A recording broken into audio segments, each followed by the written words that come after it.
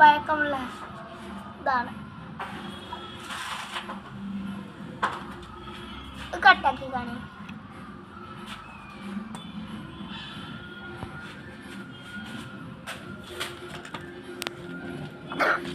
വേണ്ട ഒരു 100 വർഷം പഴക്കമുള്ള ഒരു വീടാണ്. അത് നമ്മൾ കിച്ചണൊക്കെ ഒന്ന് ഉഷാറാക്കുന്നതിൻ്റെ ഭാഗമായിട്ട് വന്നതാണ്. അപ്പോൾ ഇതിലൂടെയാണ് ഗ്യാസ് ലൈൻ വരുന്നത് കേട്ടോ.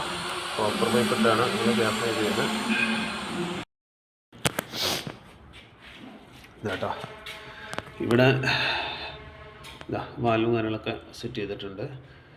ഇനി ഇപ്പോൾ ഇതൊരു 1.5 മീറ്റർ ഇത് വരുന്നുണ്ട്. അപ്പോൾ ഇത് സ്റ്റൗവിൻ്റെ ബാക്ക് സൈഡിലേക്ക് കണക്ട് ചെയ്യാം. പിന്നെ